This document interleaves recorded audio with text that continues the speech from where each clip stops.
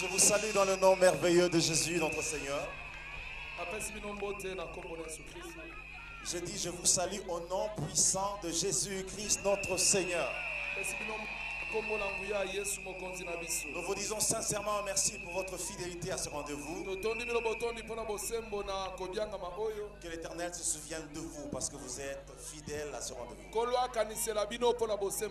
Nous allons rester dans le cadre de notre thème général de cette année. L'Éternel marchera lui-même devant toi comme un feu dévorant. Parce qu'il faut absolument que le Seigneur marche avec nous. Il faut qu'il nous précède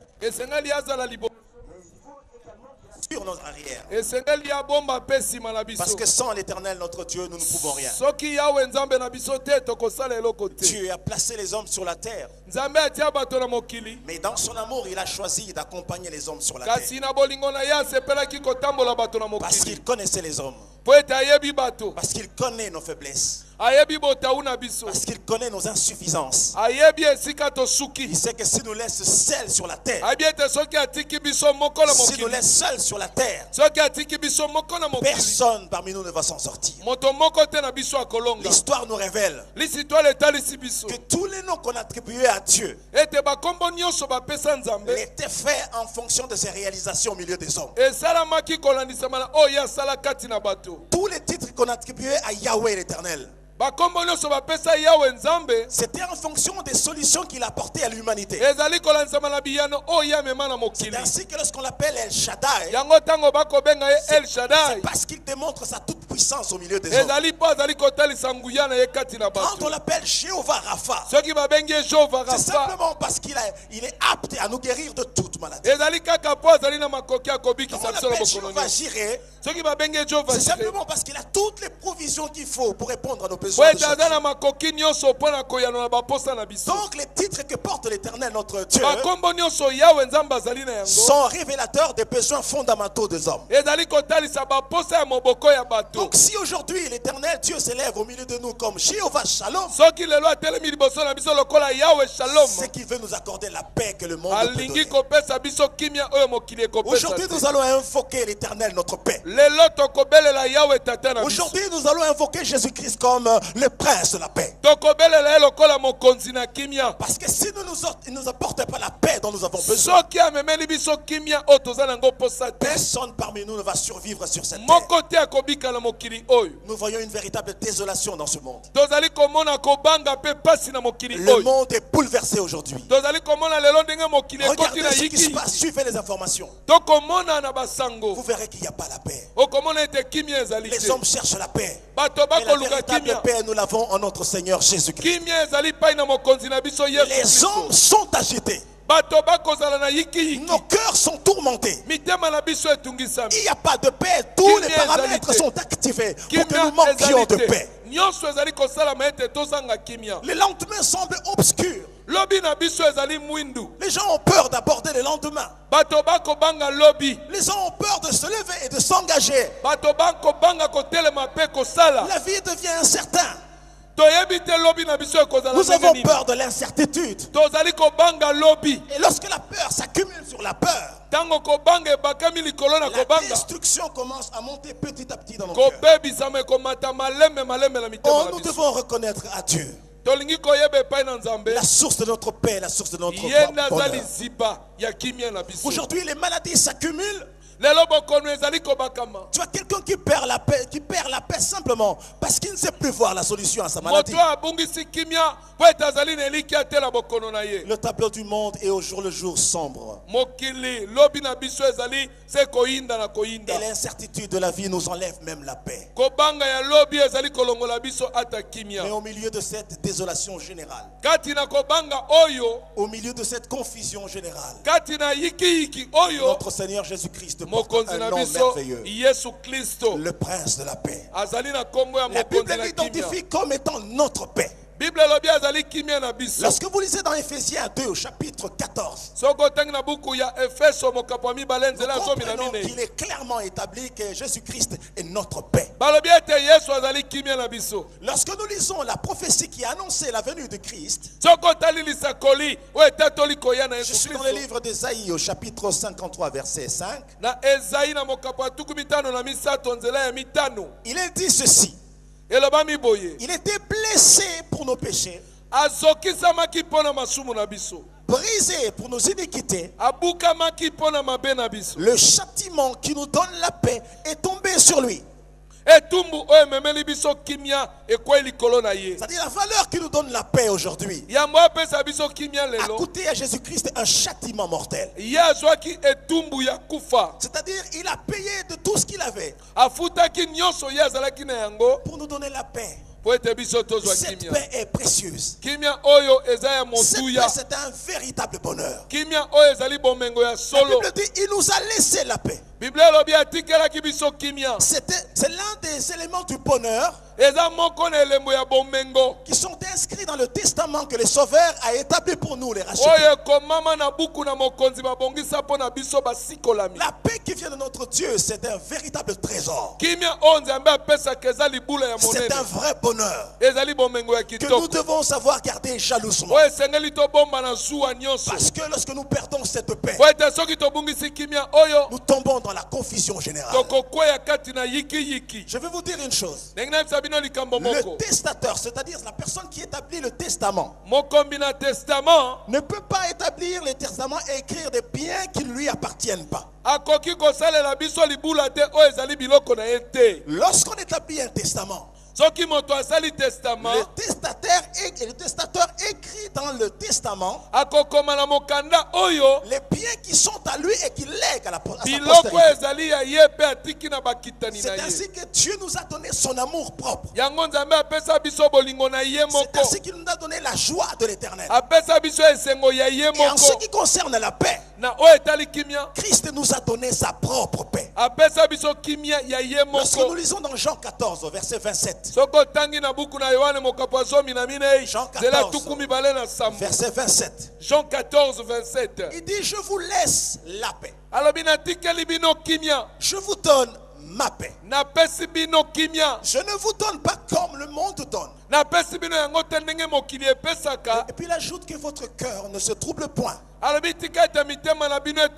ne s'alarme point. La Bible parle de la paix, pas une certaine paix, pas une paix quelconque, pas une paix comme le monde peut donner, pas une paix des hommes, mais il donne sa propre paix, c'est-à-dire la paix de Jésus-Christ, la paix de Dieu qui ne subit aucune influence de cette génération. C'est-à-dire quelle que soit l'intensité des circonstances et des épreuves, cette paix qui est l'identité personnelle de Dieu reste imperturbable. Et puis Christ nous a donné cette paix parce qu'il savait que nous aurions des tribulations. Nous devons nous attendre à toutes les épreuves possibles. Et au milieu de ces épreuves, le Seigneur nous ouvre un couloir de sortie. Il nous apporte la paix qui vient de lui. Il dit dans Jean 16 au verset 33. Je vous ai dit ces choses afin que vous ayez la paix en moi. Il dit: vous aurez des tribulations, mais prenez courage, car j'ai vaincu le monde. Alléluia. Les tribulations viendront, les épreuves se lèveront, mais le Seigneur nous dit: prenez courage. Pourquoi il dit prenez courage? Parce qu'il sait que nous pouvons être poussés à perdre courage. Il dit, ayez la paix en moi. C'est-à-dire, il est la seule source qui nous sécurise dans la paix au milieu de toutes ces tribulations. Quel que soit ce qui peut vous arriver maintenant, à l'instant. Croyez-moi, frères et sœurs, Dieu nous a ouvert les corridors de sa paix profonde, de sa paix totale, qui est la paix céleste, qui est la paix de Dieu. Prenez courage. Que vos difficultés ne vous enfoncent pas. Prendre courage, c'est refuser de sombrer. Prendre courage, c'est refuser de sombrer. C'est refuser de s'éteindre. C'est résister farouchement. Nous devons garder notre paix, parce que lorsque nous gardons notre paix, nos problèmes se dissipent.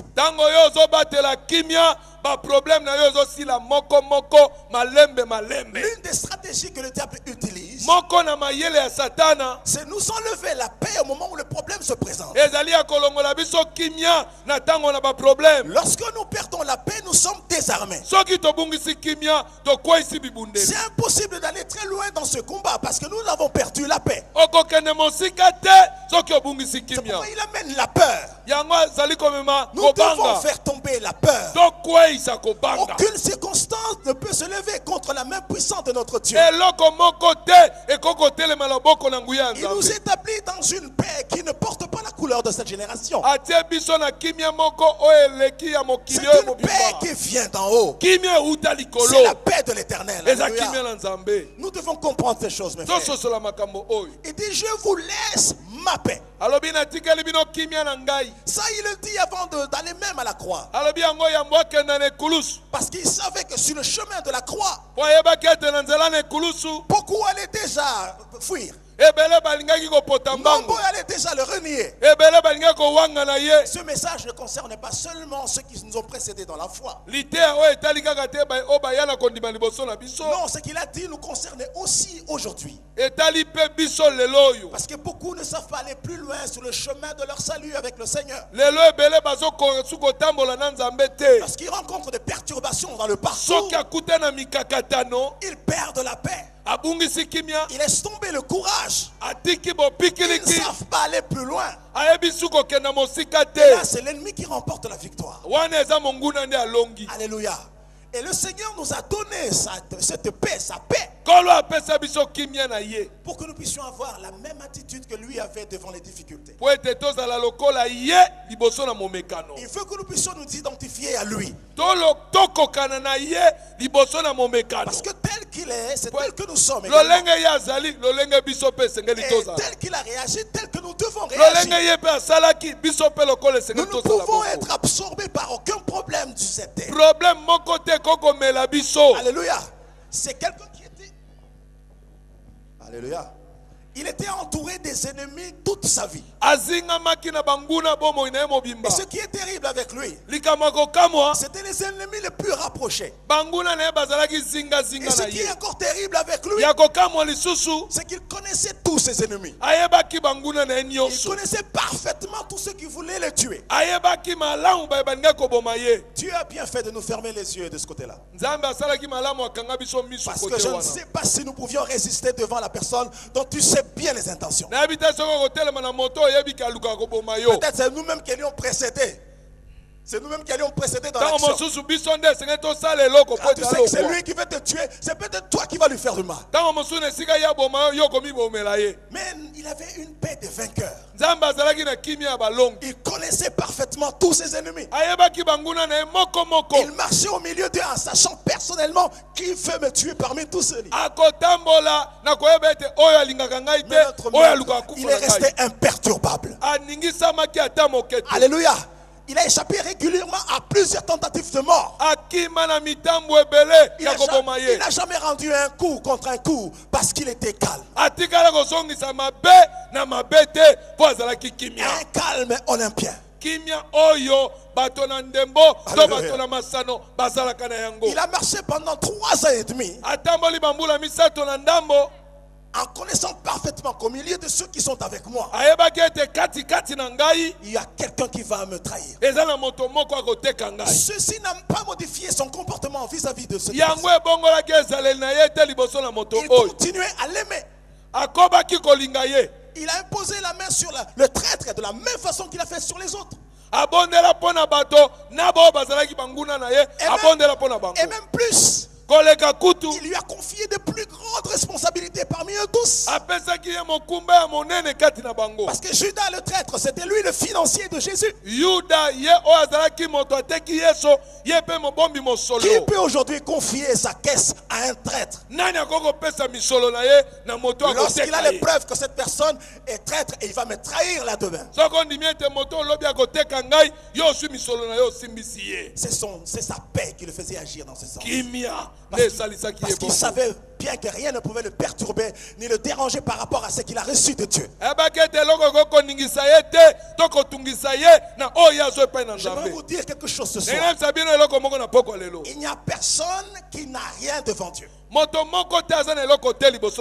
n'y a personne qui n'a rien devant Dieu. Nous avons tous reçu de la part de Dieu quelque chose. Que personne ne vous arrache ce que Dieu vous a donné. C'est ainsi que vous devez garder votre paix. Parce que quel que soit ce qui peut se passer, même si on vous vend votre chemise, on ne vous prendra jamais la grâce que Dieu a investie.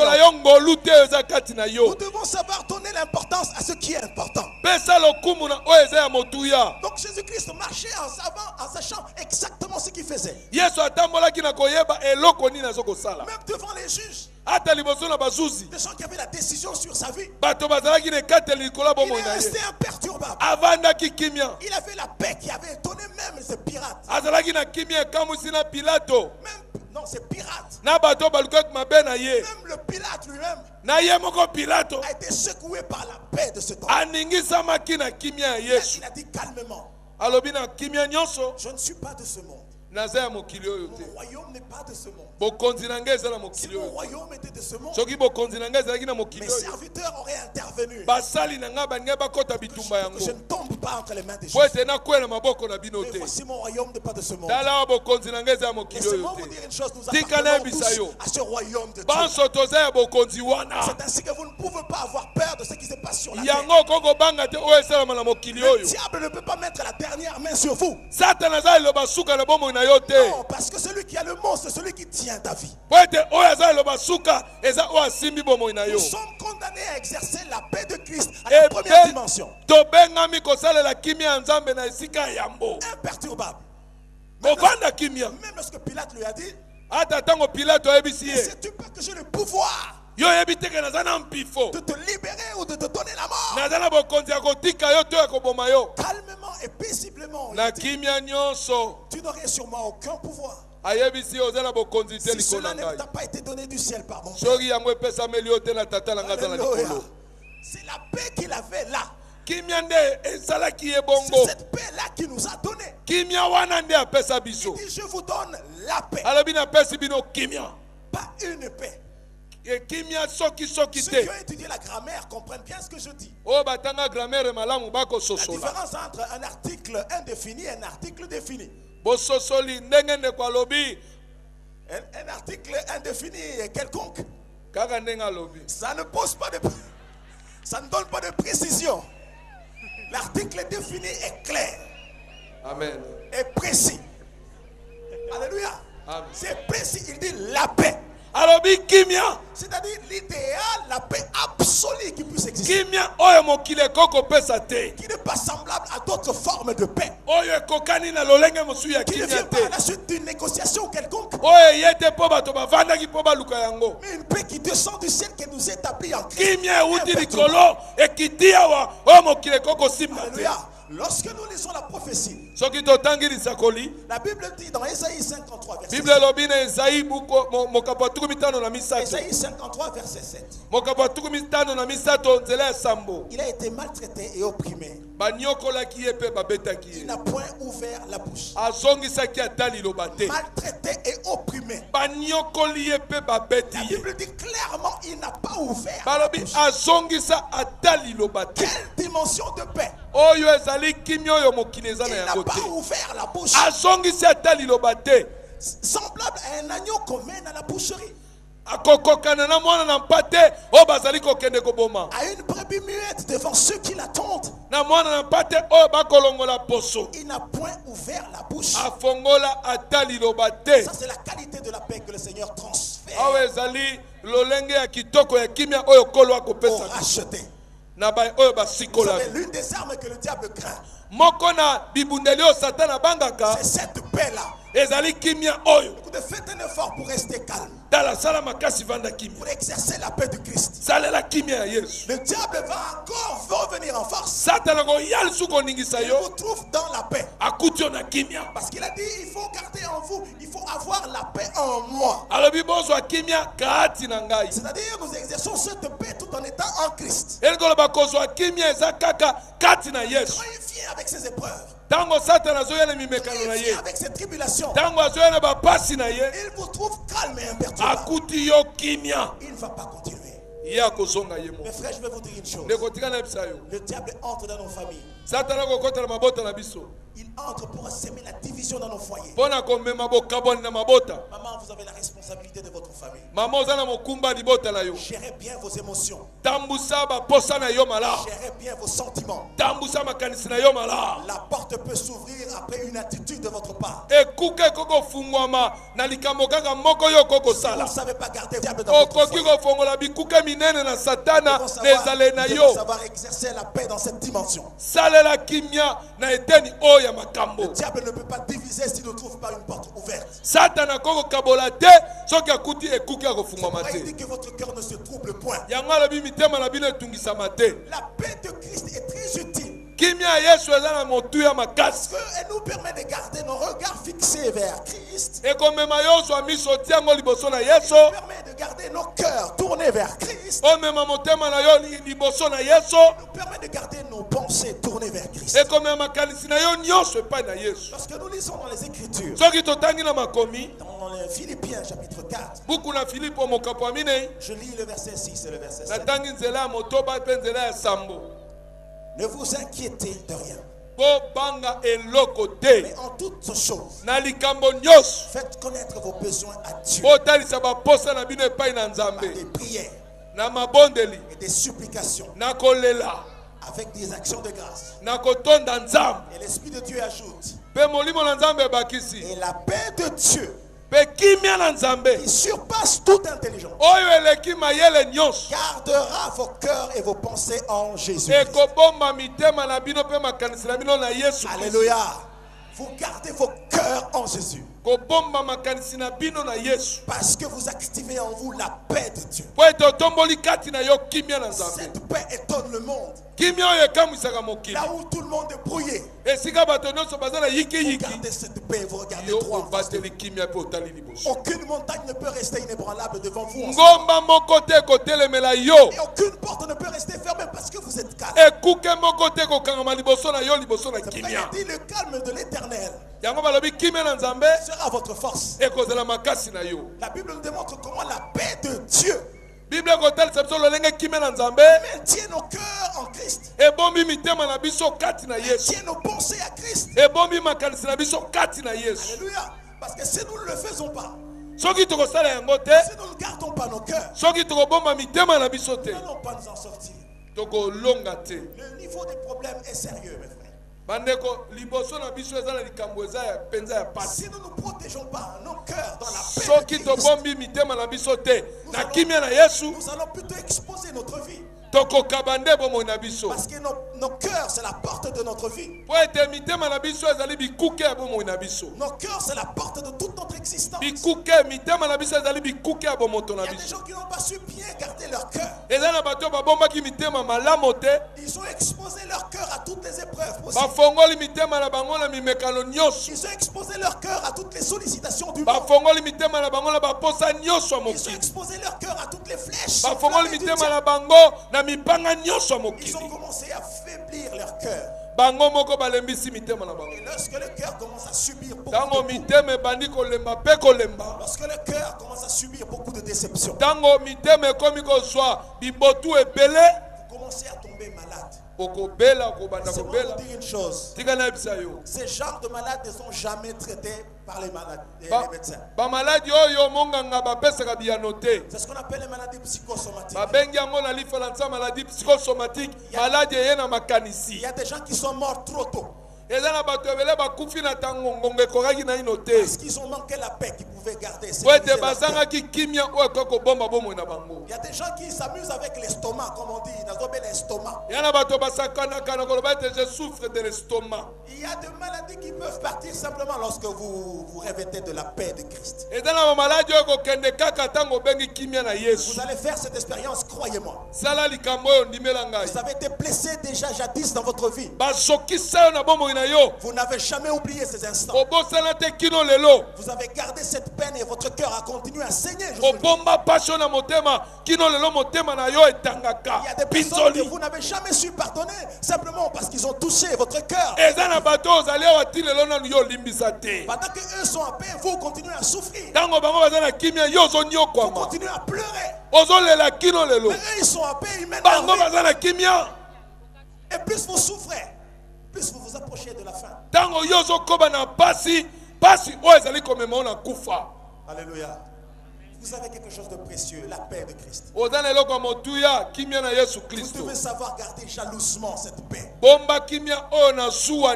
Parce que c'est cette paix qui vous sécurise votre âme. C'est pourquoi quand Jésus-Christ est entré dans la scène de l'histoire, il a ouvert le parchemin du livre.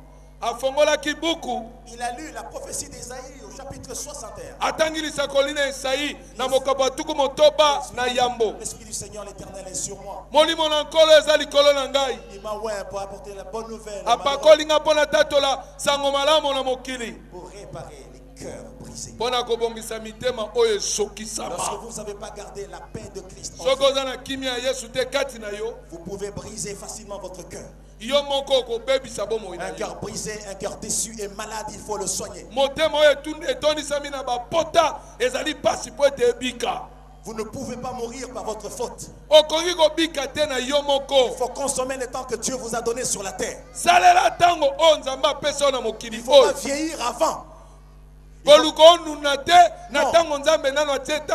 que quand on n'a pas la paix, on vieillit avant le temps. Il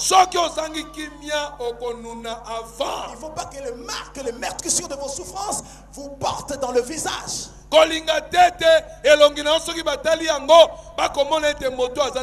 gens qui sont toujours joyeux, qui ont toujours la paix, ils sont toujours jeunes malgré leur âge. Parce que la paix de Jésus-Christ nous rajeunit. Ça nous fait voler plus loin comme des aigles. Alléluia. Exercez le sourire. Exercez la gaieté. Moquez-vous de vos problèmes. Moi, j'ai l'habitude de dire ceci. Chaque problème porte en lui-même les germes de sa propre solution. Chaque problème porte en lui-même les germes de sa propre solution. Qu'aucun problème ne vous perturbe. Quand nous étions encore à l'école primaire, il y avait un cours qu'on craignait tous. On appelait ce cours-là problème. Vous vous rappelez de ce cours? Problème. Makambo, cours, problème. C'est-à-dire on fouillait ce cours-là. Mais regarde bien. Ce cours-là proposait, ce problème-là proposait lui-même sa formule. La formule a sa résolution. Il suffit de prendre la formule, vous appliquez sur les données. Et vous avez la réponse. Je peux dire quelque chose à quelqu'un. Jésus-Christ porte le nom de la solution à tous les problèmes. Devant nos tourments, les tourments de nos vies, il s'appelle le prince de la paix.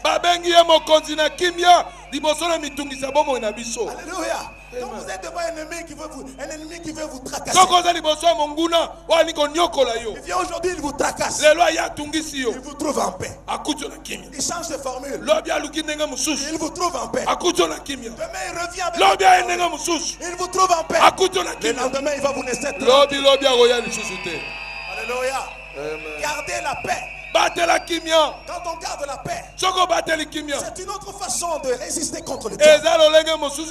Parce que le diable veut nous déstabiliser et nous amener à la paix. La peur nous tue.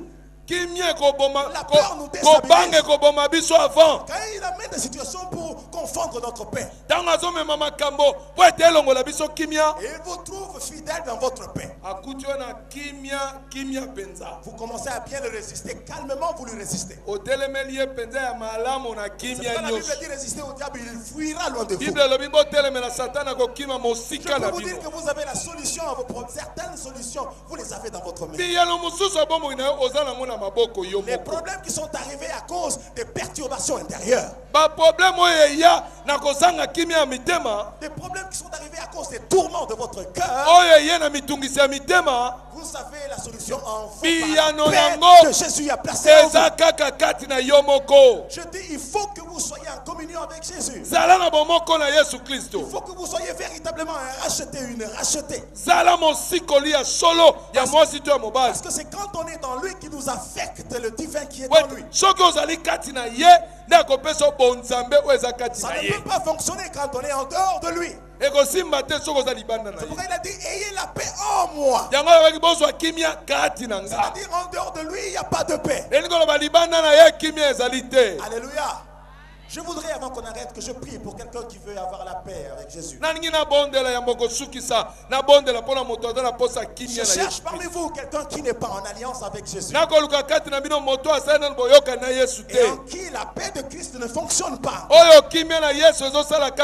Quelqu'un qui n'est pas en harmonie avec Jésus. Je suis venu pour toi. La paix de Christ agit également sur le pays. Ne limitons pas Christ à nos vies propres. Ne limitons pas Christ à nos besoins seulement. Ne limitons pas Christ à nos familles simplement. Ne traçons pas un parcours infranchissable pour nos églises. Nous devons répandre Christ sur toute la nation. Tout le territoire a besoin de Christ. Le pays a autant besoin de paix. Congo a besoin de paix. Lorsque nous lisons le psaume 147, je lis le verset 12 jusqu'au verset 14. Psaume 147, la Bible verset 12 à 14. Jérusalem, célèbre Sion ton Dieu. Célèbre l'Éternel. Sion, loue ton Dieu. Car il a fermé les barres de tes portes. Parce qu'à l'époque, les villes étaient fortifiées. Il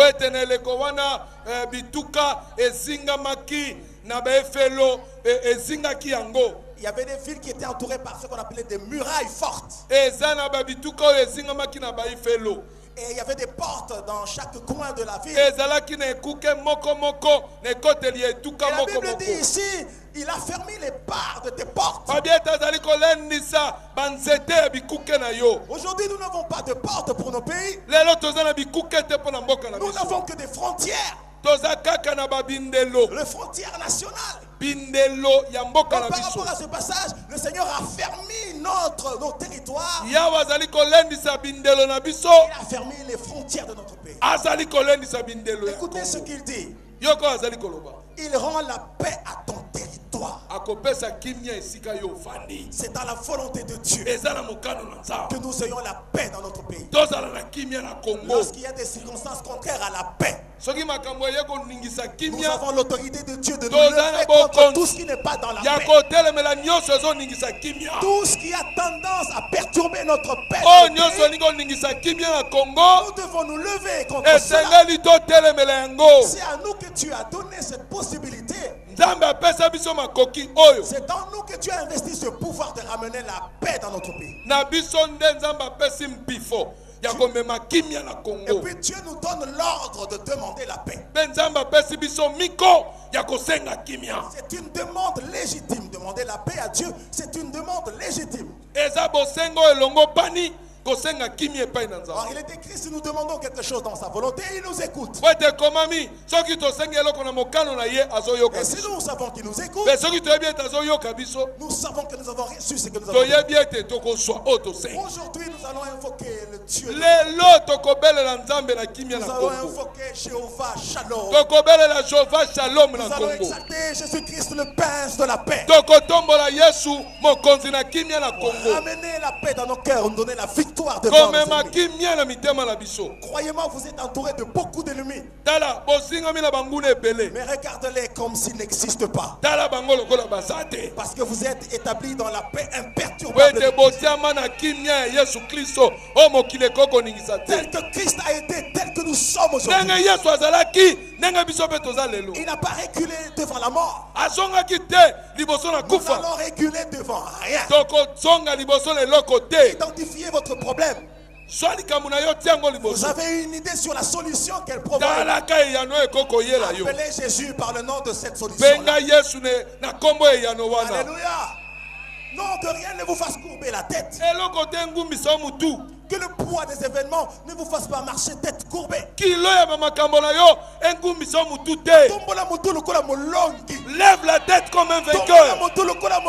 Lève la tête comme un vainqueur. Et regarde la victoire que Dieu te ramène aujourd'hui. Alléluia. La paix a été identifiée par rapport à nous. C'est par rapport à nous qui s'appelle Jéhovah Shalom. Est-ce qu'il a besoin de la paix, lui? Parce qu'il est la paix. Mais il s'appelle du nom de la paix. Parce qu'il veut que nous soyons dans la paix. Saisissez cette parole. Vous allez vous lever avec la sainte colère de racheter pour remettre la paix de Christ en vous. Je vais vous dire une chose. Il y a des maladies qui vont tomber ce soir. Simplement parce que vous allez changer d'attitude. Lorsque vous êtes plié devant une maladie et que ce soir vous vous levez contre cette maladie, écoutez, je ne serai plus jamais malade. Mon cœur ne sera plus jamais dans le tour. Parce que je porte en moi la paix de Jésus. Vous allez cesser d'être vous-même. Vous accéderez une autre dimension de vie. Alléluia. Il nous a dit de demander la paix. Si on demande la paix, on fait quelque chose de bien. Psaume 122. C'est le tout dernier verset que je veux lire. Psaume 122. Il dit, demandez la paix de Jérusalem. Demandez la paix de Jérusalem. Moi j'aimerais dire, demandez la paix du Congo. Demandez la paix, la source de notre paix activera la paix dans le pays. Que la paix soit dans tes murs. Et la tranquillité dans tes palais. La tranquillité dans tes palais. C'est-à-dire dans tous les foyers du Congo, nous devons retrouver la paix. Alléluia. Nous sommes établis gardiens de nos familles. Nous pouvons provoquer et libérer la paix. Ce pays a besoin de paix et c'est nous qui allons activer cette paix. Laissez-moi vous dire une chose, mes frères. Les nouvelles qui viennent du ciel par rapport à notre pays, par rapport aux élections, ne sont pas très bonnes. Si on vous ouvre les yeux et que vous voyez les choses qui peuvent arriver demain, c'est horrible, c'est lamentable. Si Dieu nous ouvre les yeux de l'esprit, nous voyons les choses à venir. Simplement pour qu'aujourd'hui nous prenions toutes nos dispositions afin que le mal ne s'accomplisse pas, afin que le sang ne coule pas, afin que la paix règne là où le diable a prévu des tourments. Si nous ne nous levons pas, quelque chose que personne ne peut contrôler peut arriver dans ce pays. Mais si nous nous levons, nous prendrons le contrôle de toute la situation. Nous allons ramener toutes choses captives. Nous allons proclamer la paix de Dieu par la paix des négociations. Mais la paix de Christ qui est la paix de l'Éternel. Alléluia. Alléluia. Est-ce que quelqu'un n'est pas en harmonie avec Dieu? Est-ce que quelqu'un n'est pas en alliance avec le Seigneur? Écoutez, si vous n'êtes pas en alliance avec Dieu, vous ne pouvez pas jouir du bonheur de cette paix.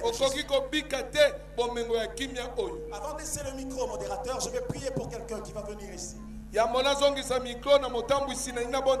Quelqu'un qui veut établir une alliance personnelle avec Jésus. Quelqu'un qui va appeler Éternel ma paix. Quelqu'un qui n'est pas encore en alliance avec Jésus. Si vous êtes ici, venez, je vais faire une prière sur vous. Afin que votre nom soit inscrit dans le livre de vie. Pendant ce temps, les Gaëls montent. Quelqu'un sur qui je vais prier. Pour qu'il rentre en harmonie avec Jésus. Alléluia. Venez, vous qui traînez encore. Je vais vous remettre entre les mains du Seigneur. Vous soyez dans les bonnes dispositions à recevoir la paix de Christ. Si vous êtes ici, venez pendant que le groupe monte. Parce que nous ne pouvons pas vivre sur cette terre et ne pas expérimenter la paix de Dieu. Venez, vous qui voulez être en harmonie avec Dieu. Je vais prononcer une prière qui va vous suivre toute votre vie. Je vais faire une prière qui va vous suivre toute votre vie. Une prière qui fera que vous puissiez marquer la différence au milieu de cette génération. Parce que vous avez le droit de vivre comme un prince. Vous avez le droit de vivre sur la terre comme le Fils du Très-Haut. Venez, vous qui hésitez encore.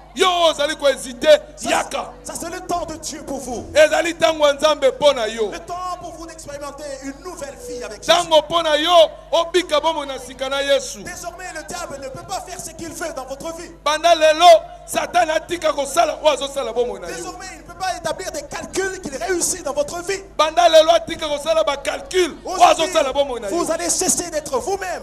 Aujourd'hui, je vais laisser les cieux ouverts sur vous. La part de Dieu sera votre partie.